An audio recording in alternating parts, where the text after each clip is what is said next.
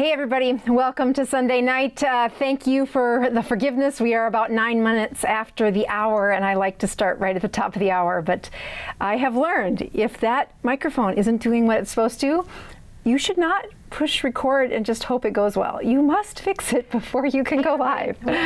So again, welcome everybody. It is Sunday night and I am Dr. Bosworth. I am an internal medicine physician and I am an advocate of the ketogenic diet. I try to use stories and my passion for teaching to educate folks on the ketogenic diet and try to improve the health in my community as well as across the globe now.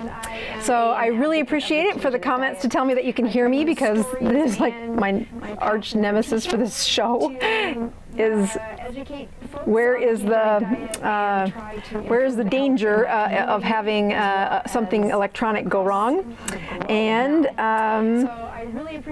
it's playing feedback. How do I stop it? Close your YouTube video. Oh, got it. Sorry, I've got a problem.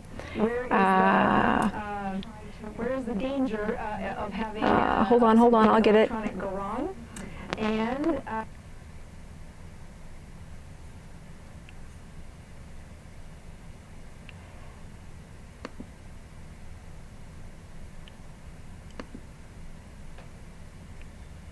okay, there we go. Whew. Okay, again, one little button when I thought I pushed them all. So thank you for saying that, Jack. Good save. Okay. Now there should be no more echo. Thank you, thank you. I do have a really good, exciting show for you tonight. Some things that I am personally struggling with. And I've got a few star patients that I've been following that I just can't wait to give you an update on.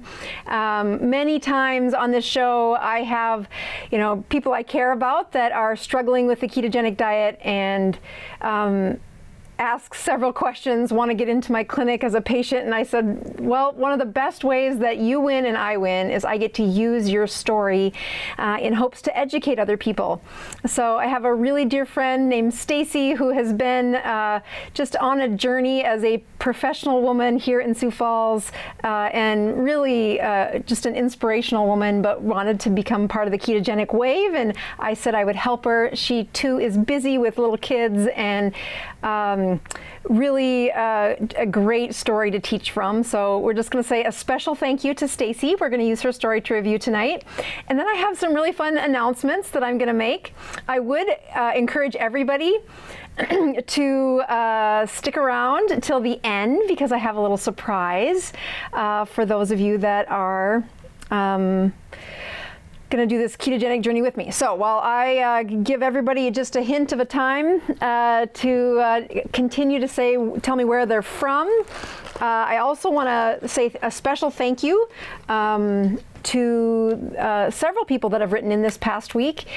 Even if I don't get a chance to reply to some of the comments, I will tell you the best of inspiration for my writing is when people ask me questions. So I am doing one of the it's become almost a tradition or a standard now on Sunday night, which is to check my own numbers. And then I post them live. Always a little scary to say, let's just show you in the real moment what it looks like to have vulnerability as a physician. But I'll tell you, when I am encouraging patients to check their numbers on the ketogenic diet, it is why this diet is not a fad. It's not going anywhere. It truly is going to be here until the end of my career, I swear. This is my glucose counting down. It looks like I'm gonna have to poke my finger again because it's so 97. I'm pretty sure the stress of the last 15 minutes is gonna get at least some of the credit for that.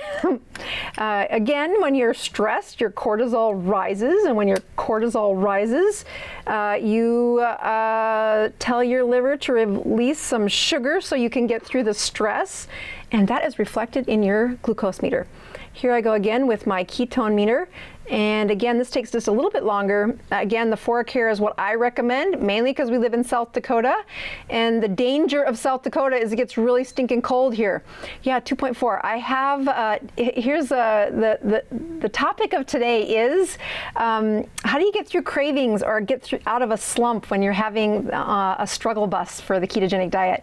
And my Dr. Bow's ratio, I know better than to do math on live TV, but my Dr. Bow's ratio isn't terrible, especially considering today was my husband's birthday, and my kids have a tradition that started way before keto to bring home, to wake the birthday person up with a song and the candles and ice cream cake.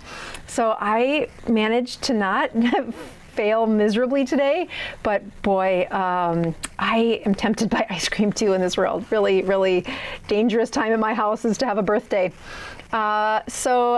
I've started checking my numbers at the beginning of the show and at the end of the show, and I usually talk about what I do on a fast. And so tonight I'm actually going to use, that would be fall. I'm going to use some BHB. Oh, I'm all out of BHB. I guess I'm not going to use that tonight. I'll go with this one. This is a BHB plus MCT C8C10. And again, this is really very good if you're keto adapted. I try to teach my patients. You're going to hear about some temptations and some ways to reverse them. So you're going to see me talk about BHB. You're going to see me talk about what I call the keto combo, which is BHB with MCT C8C10, specifically those fat chains in your supplements. And again, I don't care where you get them. I just care that you get the right chemical, right fat chain, and use that as a way to help you get to the best numbers. And I will sip on this throughout the show with the attempt of not making too awful of sounds into a microphone, which I've been scolded by some of you for. So here we go. I am going to start by giving you a tease of what I'm going to get to at the end of our show. Yes, here we go. All right, so I am going to give away an audiobook. What does that mean? Yeah, that means that if you look at some of my favorite ways to learn about the ketogenic diet, one of my favorite ways to learn about anything actually is the ketogenic diet, or is audiobooks.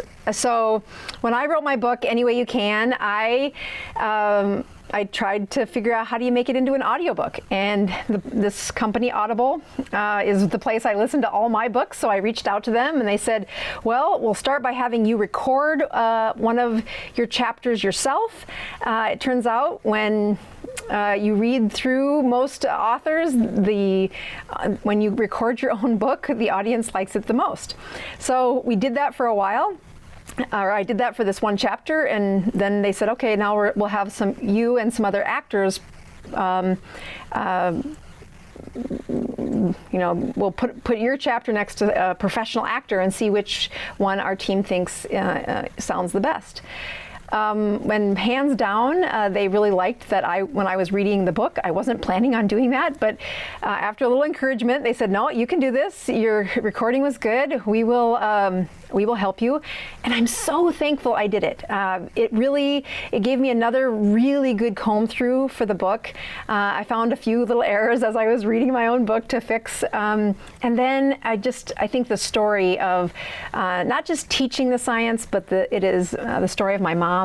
And so you can really hear my emotion. So Audible's done a few things since I've been an author with their audiobook, and one of them is they have improved their coupon codes. So I used to give out a coupon code to people, but they had to have an Audible account, and they kind of got accidentally swooped into creating an account when they didn't mean to, and then they get charged the next month, and I'm like, that's not what we meant. But there's a new way that they have to give out these coupon codes. So even if you don't have an Audible account, but you don't have a copy of Any Way You Can on Audible, tonight at the end of this end of this recording, I will tell the key code, and whoever types it in first will get it. I did this once before, but it was a complete disaster because I had no idea who was first, and then I had to try and get these coupon codes to people that said they were first, and I had no reason to doubt them, but I couldn't. How were there 300 people that were first? So if you're watching me live, which is on Sunday night, when I get to the end of this show, you're going to see almost this exact same slide, but we're going to give you the key to get the coupon get the audiobook for free. So stick around for the end of that. I do have a couple of other announcements before we get to our patient of the week, and that is that I will be speaking in November 16th and 17th in Puerto Rico. And I'm super excited about this. I have a family and a practice, so to leave town and go on a speaking event can be kind of a lot to take on. So I have a few conferences that are on my bucket list I do every year. And then I'm kind of picky about which ones I say yes to when I get invited to speak. So Keto Puerto Rico, which is the name of the event, will be on November 16th and 17th. It's 2 days. And if you'll write down or take note of this website, Event-O-Keto, which was the URL that they chose, is the place to go register for for this event. I get to be with some of the people that I really am excited to hear from. This is, again, just another one of their promotions. You'll see this on my social media coming out the next week. And they have asked me to speak on cancer and the ketogenic diet. Now this works out really well for me because I am writing a book about the ketogenic diet, which is a much more advanced story than what I told in Grandma Rose. I think of Grandma Rose's book, Any Way You Can, as a very good way for beginners, not just to see the steps that are very systematic and very basic education, but also a really good story about how can this help an elderly woman, 71, and even though you might not feel elderly at 71, Grandma Rose felt elderly at 71, and honestly, we reversed her age through the ketogenic diet. And I have been looking to condense what would the general audience, not physicians, what would the general audience want to know about the advanced science of a ketogenic diet. So my next book has a section where I talk specifically about what does cancer and ketones have to do with one another. So I've really been working hard to block out that time to do the writing and make sure the research is good. It will be what I talk about in Puerto Rico. And if you want to come and you are looking for a little discount for the event, that promo code there of DRBOZPR for Puerto Rico is a promo code where you can get 15% off to come and join us. If anybody from the upper Midwest is headed there, it looks like the weather will be perfect in Puerto Rico and not so hot here the week of November 15th. So I'm excited to go. I think the other part that I'm really excited about is my son. I have 3 sons, and 2 of my sons started in a Spanish immersion school here in Sioux Falls. Our public school had immersion of the kids into a Spanish language where they show up on kindergarten the first day of school, and their teachers speak only Spanish. They don't get any English in school until the 3rd grade. So my middle son was actually the first class that did that here in Sioux Falls, and my youngest son was 3 years later. And my youngest son, Chancellor, is coming to Puerto Rico to translate for me. So he keeps telling me that I need to have a script done for him to practice. And I keep saying I don't do scripts very well. So we are practicing, but he's going to translate for me. Even though they speak both languages in Puerto Rico, it turns out that most of them will have either a translator or most of them will be in English, just so you're not afraid that if you don't know Spanish, you're not going to know anything about it. But I have a few of the speakers that are coming that I have a little adoration for, and one of them on this channel, you've seen a lot of the science that comes from the applied science. Oh, I should look at this before I try to say the name again. It's Dr. Lowry, and he studies in Tampa, Florida. He and his team study athletic performance and the advanced ketogenic diet in athletes. And I've seen him speak a couple of times. I have Google alerts for their research when it comes out, because I really enjoy what they study and what they look at. I also like his origin story, in that it was the health of someone in his family that, even though he studies athletes, he sees that it could have been very much prevented if their physicians had a better grasp and understanding of what the ketogenic diet does for chronic diseases. So I get to see Dr. Lowry and speak. He has a different topic, but it's kind of fun to be able to connect with the people that inspire me. So let's go to a couple more slides, a few more announcements for people that I have had a lot of people reach out to me for. And that is that they said, I don't want to buy your book on Amazon, or I don't get Amazon. Can't I go buy it at my bookstore? And at first I'm like, I don't know how to do that. I am self-published, and I have learned a lot about self-publishing. I do thank Amazon and Audible for helping me as a new author make it so easy that I could actually succeed. And then it's thanks to everybody out there that has written a review on the book. If you look at this book, Chancellor, my son that will be speaking, is now 13, but this is a picture on the front cover of Any Way You Can. This is the new cover that we're putting out. And on there is the picture of Chancellor giving Grandma Rose a kiss, and it was a chemo day. It was a tough day, and as much as she looks, has a smile on her face, which she does most of her life, it was a tough season, and nothing like grandkids to help grandmas feel better. So that was a chemo day, and the picture on the back of the book is one of my favorites, which was the month that this book was published. If you took a picture of Grandma Rose today, I think she would look even younger and even healthier. So this was 2.5 years later, from the beginning of the book to the end of the book, or maybe it was only 1.5 years. And what we have celebrated is her continued improvement of her health, as well as for the first time in almost 15 years, Grandma Rose has a normal white blood cell count, which is what her cancer is of. She has cancer of the white blood cells, and she is chemo-free for almost 5.5, almost 6 months now. So she's had no chemotherapy. She's been doing an advanced version of the ketogenic diet, which I will talk about in Puerto Rico. And she really has been able to enjoy a new lease on life. There's just no other way to summarize that. And she celebrates 75 years now. So again, for those of you that think you're too old to try this, I would encourage you to go to your bookstore and ask for Any Way You Can now. And this can be Barnes & Noble, this can be your local bookstores.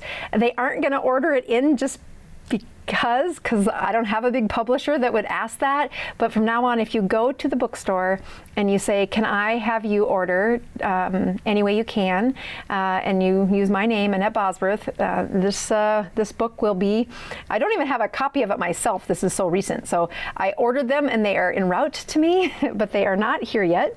And then I like to point out two other things that I'm always about. How can I help, help my kids, help other people in my family? So this has also been translated into Spanish. And again, the person who did that translation is my 13-year-old son, Chancellor.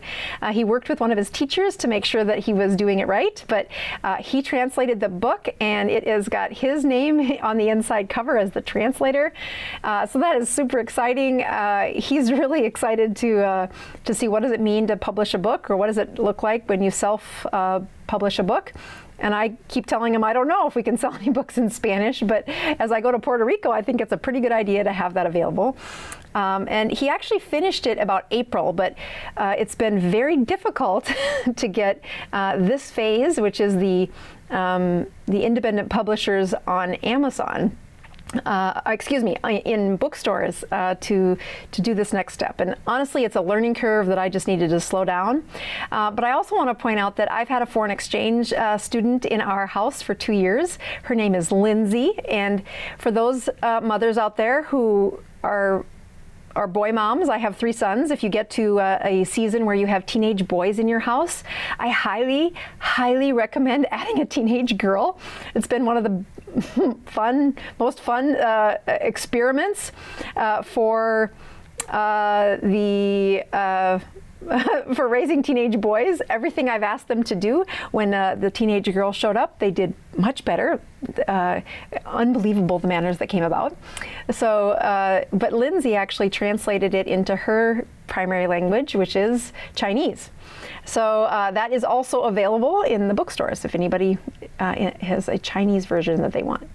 Okay, so those are some of the announcements I have, and I will just take a minute to make sure that all the comments have me able to see you. You can see me and you can hear me still. And oh, I love seeing where you guys are from. Thank you so much. So again, tonight's show is about what happens when you have cravings on the ketogenic diet or when you fail. So I have a patient story that we're going to share about this. I'm going to give you a few backstories, and then I'm going to share some of the struggles that I've been having. So when you look at the ketogenic diet, especially if you've read the book any way you can or whatever beginner's book you've started, patients feel great when they pee that first ketone, when they really make that first metabolism shift.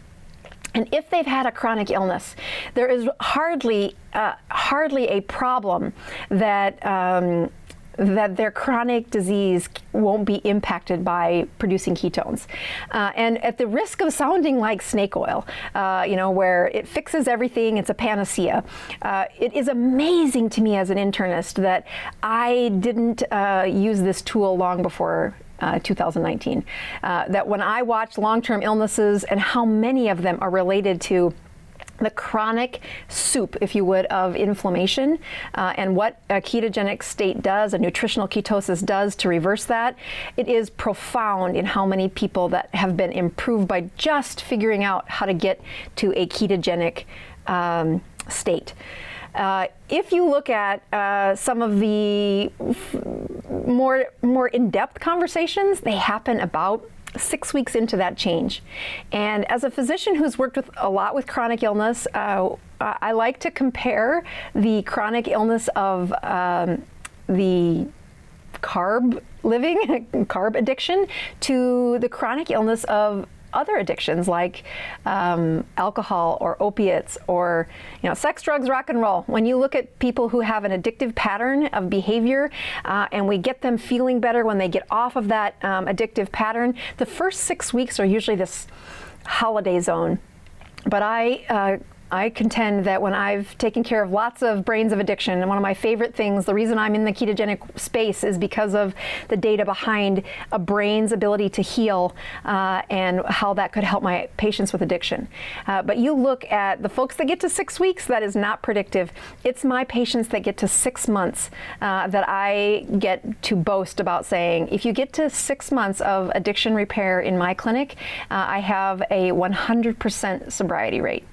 And it isn't because I'm super at something, it is only about neural programming or getting your brain to do something that it has been patterned to do for so long, but to retrain it in a way that really does increase the outcomes for sobriety.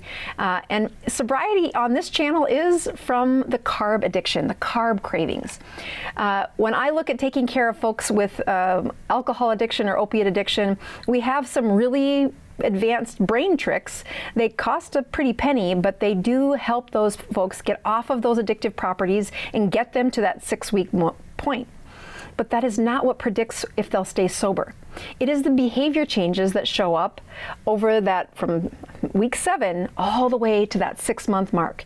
And what I imagine for the patients who are looking at their ketogenic world and having this little struggle or this part where we're going to share what Stacy's struggling with, you'll see that it's the journey between 7 weeks and 6 months that I really like them to say, be sure you're doing a few things that we know will help the course of not only addiction, but also the wiring of what your brain is trying to do differently as you adopt these other patterns of healthy choices. All right, so I'm gonna go here and see if this, I think, yes. Okay. So again, I get back to the spreadsheet that I used last week. Last week we talked about Jerry, who is using the ketogenic diet to try and reverse what 20 plus years of diabetes has done. But this patient tonight is a young woman, a professional in my community and a friend who really has been carb addicted her whole life. Very successful, very lean, very athletic. But as she enters into a season of what I see lots of women struggle with, which is being a career, a professional in the season where your kids are in that primary school to middle school. I swear there's just not enough hours in the day to ever take care of us. And she says, you know, I really need to find a way that my weight doesn't keep creeping because there's just not as much time as I used to have to put towards exercise and keep her lean body. So I said, you know, I chirped at her for quite some time saying, you really should go keto, you really should go keto, you really should go keto.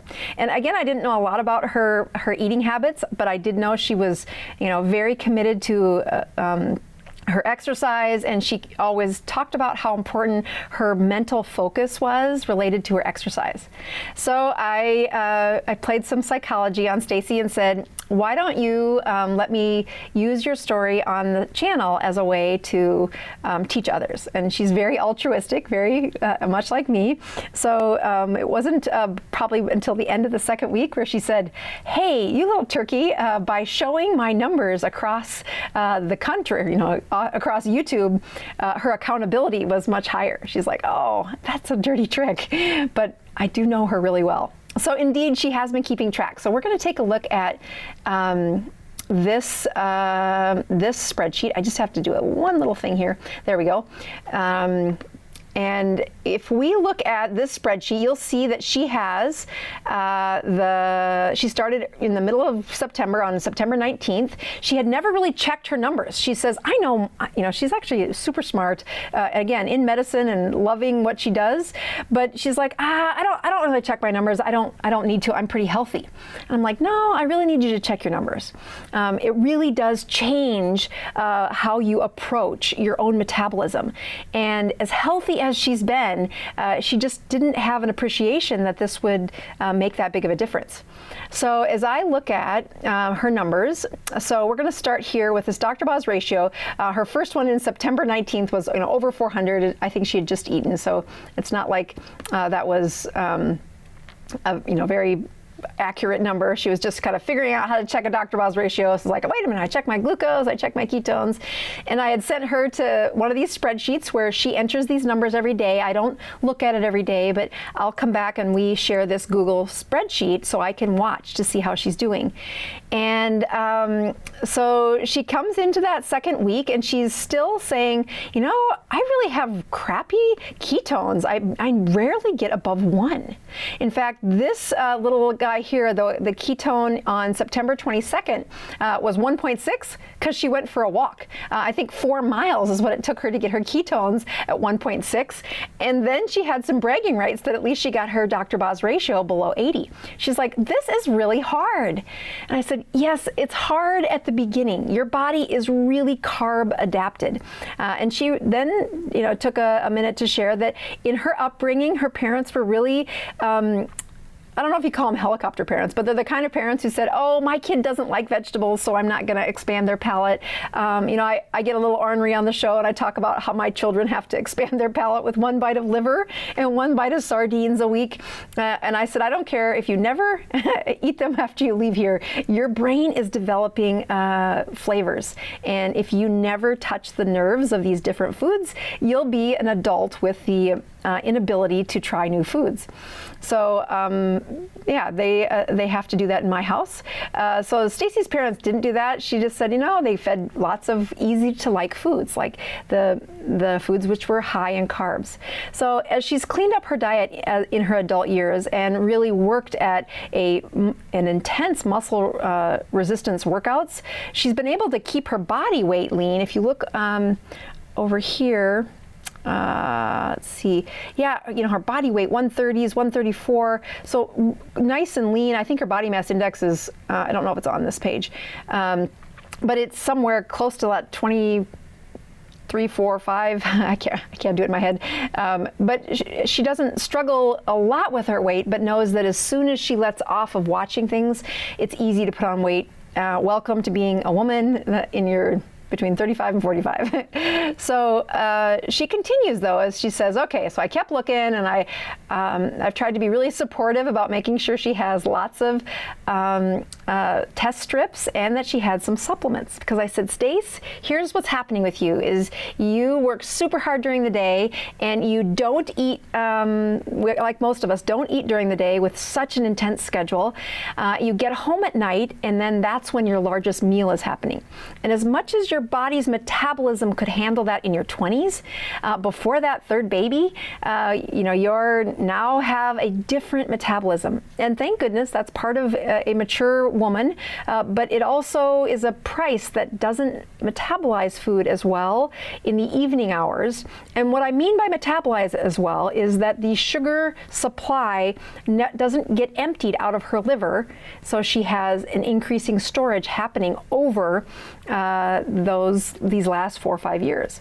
And so when I could have told you before she looked at these numbers that her ketones were going to be low, and indeed take a look. So now we're at the end of September, early October here, and we've got ketones of 0.5. There's a 1.3. That's a really good number for her. 0.5, 0.6, 0.6. Here's a 1.1. And again, with a glucose of 76 and a Dr. Boz ratio of 69, those are some of the best numbers she's getting.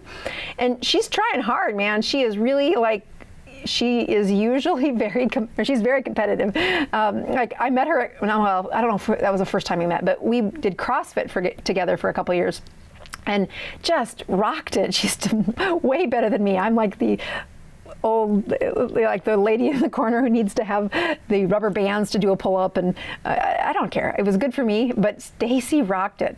But even with that, her ability to produce a ketone is very blunted here.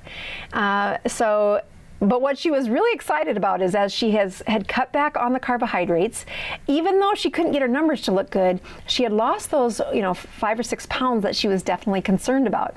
She's like, well, the good news is the weight's down, but I am really kind of irritated at how poor my ketones are.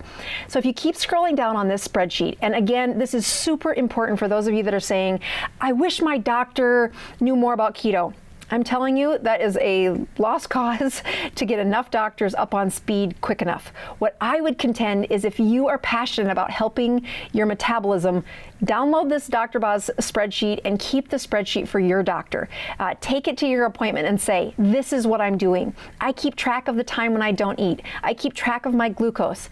And then teach them about the Dr. Boz ratio. As much as that sounds counterintuitive, what you can explain to the doctor in one sentence is the Dr. Boz ratio correlates to insulin.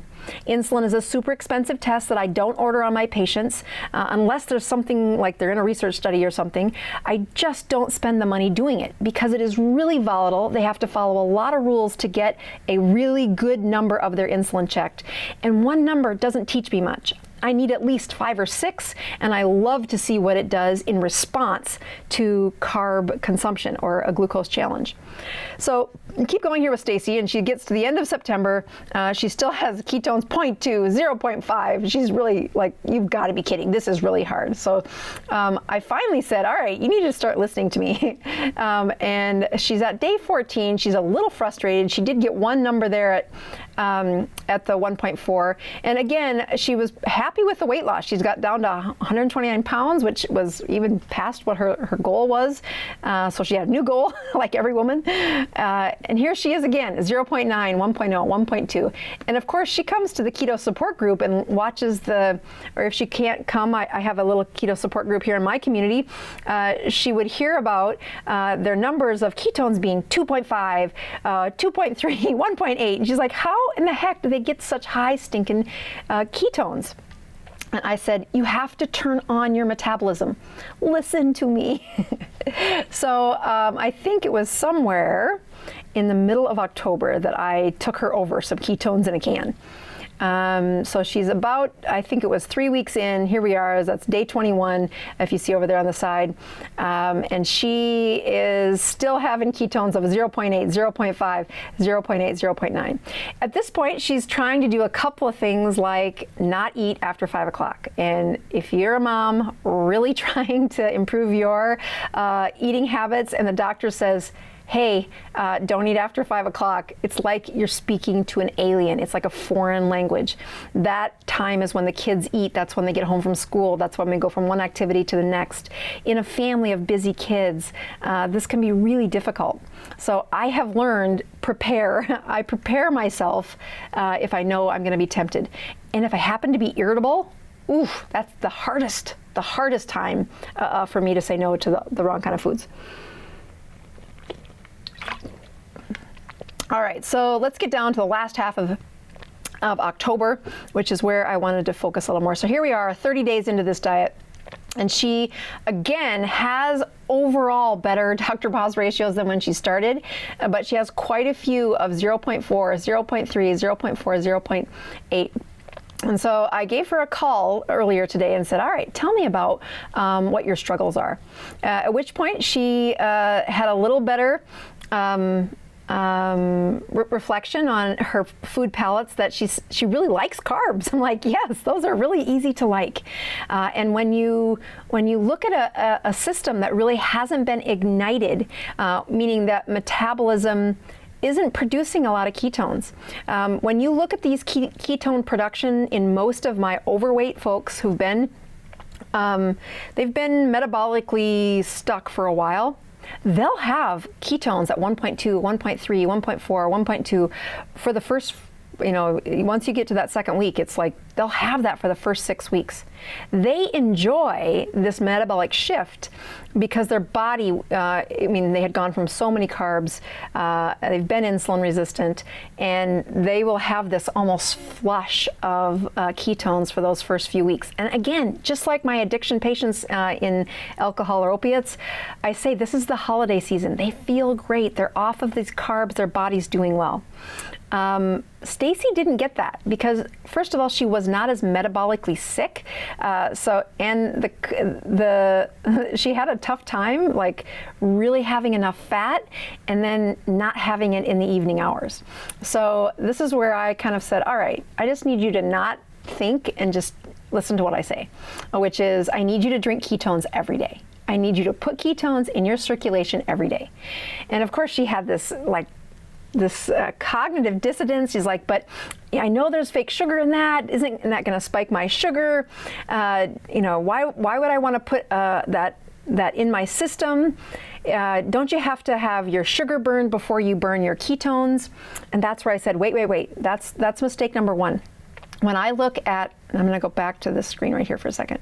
When I go to talk about the difference between ketones that are ready-made and you swallow them, which are in the supplements, they are absorbed. You're going to see me check my ketones at the end of this, and maybe I won't be higher than 2.4, but I should be. The ketone supplements, once you take them, check your numbers. Prove that they were absorbed. There are a lot of companies out there that do some sneaky things with supplements. It's why I got tired of that. I couldn't trust what was coming in these supplements. And I have patients that I was trying to get better. So when the supplement is the enemy, I just finally said, forget it, I will make my own. So I get I do testing. I really like the supplements that I have put out on the market. I'm very proud to say that they are not forever, but they are for the patients who are really struggling. And usually that patient is a diabetic, somebody who's been metabolically sick for a long time. And I'm trying to do to their mitochondria what I'm trying to do to Stacy's. And that is, I want them to burn ketones for about 3 to 4 weeks. And you can't, I mean, 2 weeks is great, but at least 2 weeks. If I can get them to that 3rd week, it's going to stay, that engine is going to stay burning.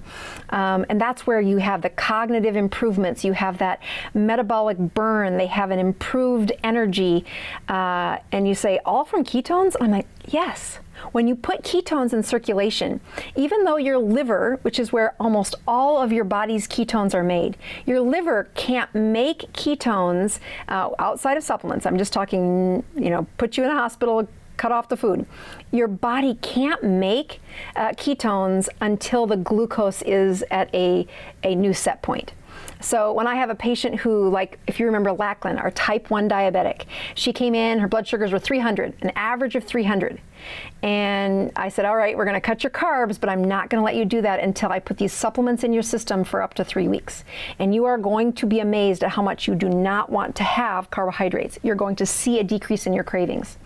She didn't believe me, no more than almost as bad as Stacy doesn't believe me. She's absolutely convinced that when you add these ketones, you still have to burn through the sugar. So all I'm doing is swallowing extra calories, because ketones are a unit of fuel. They are going to produce energy. And I said, no, that's not how it works. If you have a ketone present and a glucose present, and they're both in circulation, the cell prefers burning that ketone over burning the glucose. I did not know that information when I wrote that book. I knew that you couldn't make a ketone until you reset that glucose, but I did not know that the brain prefers ketones over glucose. And since the book has been published, that's one of the chapters in the book that's coming out that I'm not done writing yet, so don't ask me when I'm going to be done. But it is that when a ketone is available, the cell mitochondria, specifically in the brain, but some of the other ones have pretty good evidence that they are, again, out-trumping the body's ability to burn a ketone over glucose. So as you put ketones in circulation and you say, okay, just get your body used to burning them, what happens is the cravings go away, your energy goes up. Having circulating ketones is an appetite suppressant. So in preparation for today, where ice cream cake was part of what was going to be on my temptation, had I known that the kids were going to show up at 5:30 this morning with ice cream cake, I would have had ketones before they came, meaning prepare your metabolism in the areas you're going to have temptation. If you're headed home and you know this is your munchie time, put those ketones in and watch what happens to your habits of constantly snacking and your energy, that you're really not craving those foods. So let's go back and finish up where Stacy has ended up in this, I think it's this one right here, yes, where Stacy has ended up in the last part of this month, because again, she's a trooper. She's like, I have had a lot of stress. We had a big event at our work. It was very distracting. And then I have these kids who need supper every night. And as much as I want them to eat keto, they really like the carbs still, and I'm just not strong enough to carry the whole world with me on this change. So, so here she is at the end of October. Let's see, and you're getting some of these ketones 1.0, so that 0.6, 0.7. So again, in the last little bit, you've still got a couple from the last 2 days, 0.3, 0.3, that are lower than normal. But if you look at the averages and you look at some of these other Dr. Bow's ratios, they are getting into the hundreds. Whereas you look back at the early part of her spreadsheet, she rarely hit that on a rhythm type basis. She is disappointed that she put on a few of those pounds again, but has said, this is what happens when I get really busy. And I know you've said to drink those ketones, but I just can't seem to do it on a consistent basis. So I have said, okay, let me just step over this threshold with you. All right, so I'm gonna go back to, I think that gets us all the way up to just the last couple of days, yeah. Yeah, actually up to today. All right, so let's go back to this, and we're gonna do one more. So almost all that gone. So the punchline of what I was trying to get at for cravings is, number one, you gotta check your numbers. Those numbers really do make a difference when it comes not just in improving your accountability, but I don't think Stacy would have made it to the end of, we're almost at 6 weeks for her, so middle of September, November 1st, so about 6 weeks, which is, again, that's the end of the golden zone when they're usually feeling good. Now, she was able to lose the weight. She was able to see that she is struggling, but without the numbers, this brilliant analytical woman would have totally given up. Like, I don't believe in the keto diet. It just doesn't work. I can't see it. And I would say, no, don't do that. You have a low production of your ketones happening. And it's because of your carb timing. I mean, she was eating later in the evening, and she really has, that transition of a female metabolism with babies, with a busy job, so that constant layer of high cortisol, where she has had in the past the time and the space to exercise it off. And I will contend, I've seen this in woman after woman of 20 years, that they get to a threshold and they just can't exercise enough. If they keep exercising, something else falls apart. A marriage, the parenting of a child, a job, self-confidence, all the things that if their coping skills to deal with keeping their figure and keeping that intensity that was somehow possible at all hours of the day in your 20s and early 30s, now with 3 kids and a full-time job, there's not enough hours to work off the stress and the metabolism that changes. And it's this little insidious process that happens deep inside their cells. When you have an analytical woman like Stacy and you can show her, look, this is what's happening. Trust me, put ketones in circulation, your mitochondria will begin to use them. The one thing that I told her not to do is, I told her to, because she's not keto adapted yet, she's not making enough ketones to switch to the C8C10. I'm like, no, you need to do straight BHB.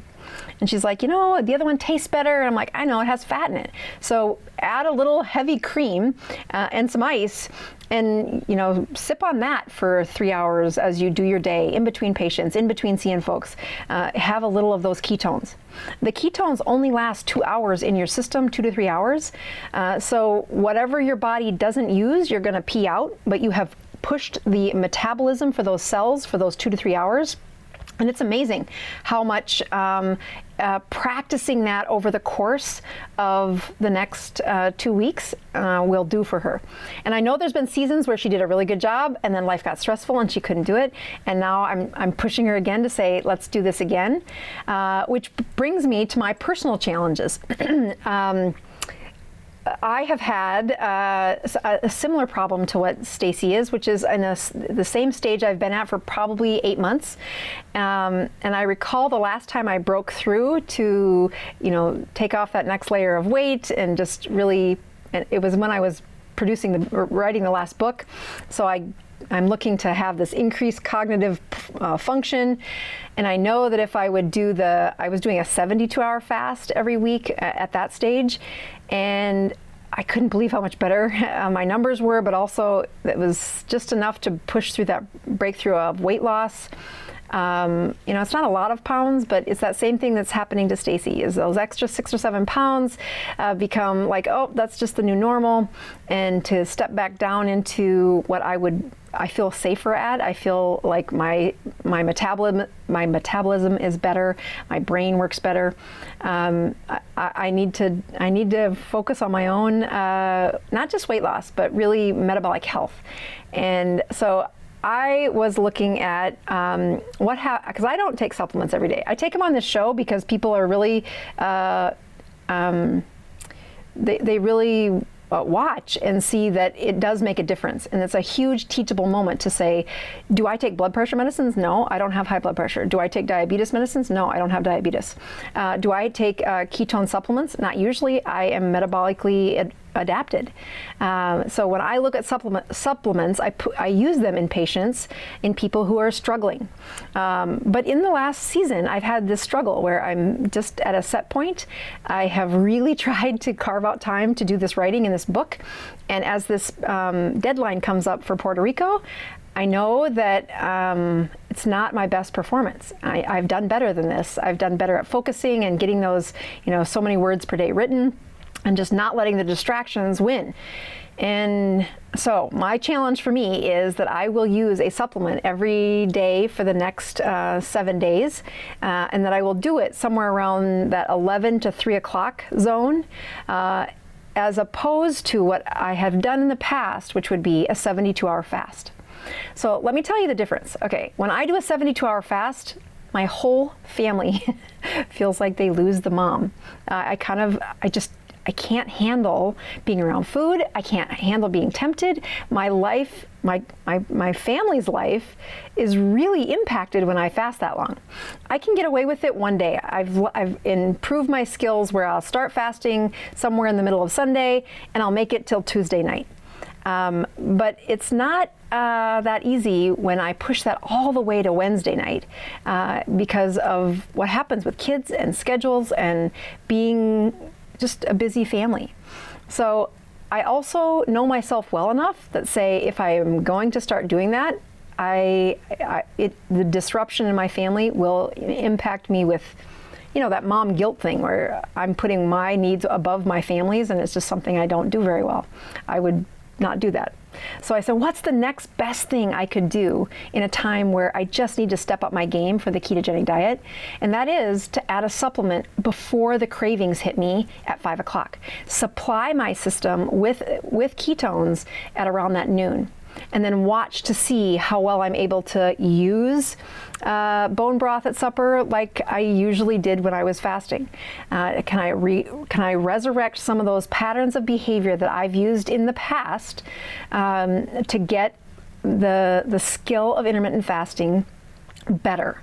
And I think this is also, again, I was talking to Stacy, it's really easy for us to tell our patients and our in our professions that it's easy to change behavior as long as you do one thing at a time, and then you stabilize your life after you've made that change, and then you can add the next thing, and we can say this. And just like anybody, I know better than to ask my life right now to add a 72-hour fast on a weekly basis, meaning I will do it in a pattern.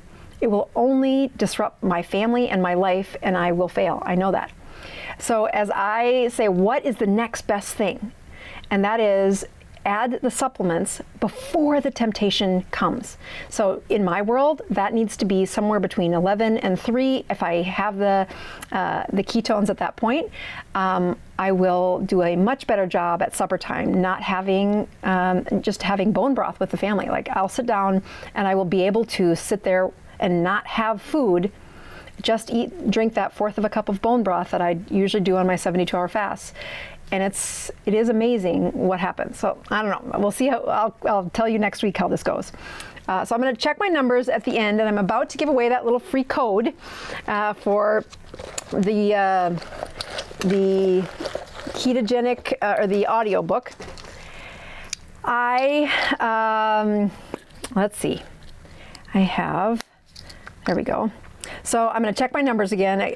Again, the reason I'm doing this is to show you this is how you check your numbers, and this is why, is that these changes in your health are measurable and documentable. And I've learned that when I do something, if I want patients to do something, it totally matters that I do it in front of you. So here's my blood glucose. And again, this meter, I'm totally not going to get this one. So the reason I bent it before I put it in, so let me grab another glucose one. Let's see. Yeah, so the reason I have 2 FORACAREs here though, is that when I check these numbers on live, it is easier to use 2 meters, but you don't need 2 meters. 1 meter, the ketones go in one and the glucose goes in the other, and they Yes, so as I do this live, almost a little scary to say, what is it? So 2.6 and 111. Again, I definitely get stressed when I do this show. But I also post these on Instagram at that URL at the bottom of the screen. So at the beginning of the show, it was 2.4. So despite my glucose going up, my ketones should have gone down. But because I used a supplement during this show, I had an increased ketones and an increased, I mean, the glucose is up because this show stresses me out, especially when the audio doesn't work at the beginning. All right, so you will see my numbers over the next week. I usually just post my numbers on Instagram during my fast, during my intermittent fasting. But this week I will be posting my numbers all week long just to show you what it looks like when I add ketones every day to my regime in hopes that I can push through and improve some of my evening behaviors of eating things I shouldn't. So the other thing I wanted to do is a quick update on Lachlan. If you haven't followed the show for a while, she is our type 1 diabetic. I mentioned earlier in the show that she started in January with sugars over 300 and an insulin dose of 100 units per day. So that was a huge, she's been a patient of mine for years, really a wonderful woman. After baby number 2 ended up with type 1 diabetes, meaning she didn't make insulin anymore. So she had to inject insulin, has worn an insulin pump, has done lots of different phases, but in the process probably put on 100 pounds as we tried to manage her diabetes. So I invited her onto the show to say, let's do this together. I have a lot of people write in about what do you do with a type 1 diabetic? So she graciously shared her story, and we did several lives for a while, but her life and my life on Sunday nights we don't match very well. She has continued to lose weight and then been able to keep 35 pounds off. She's been in a season of busy schedules as well, but she continues to fast every week. Normally the insulin that she takes in is about 32 units, 34 units of long-acting insulin. That's what she takes. That's what her body requires. And that keeps her sugars pretty well controlled. Like her A1C the last time had gone from nearly 12 to 11 to 10 and getting closer to that 7 or 8 number. I can't remember off the top of my head what it was this last time.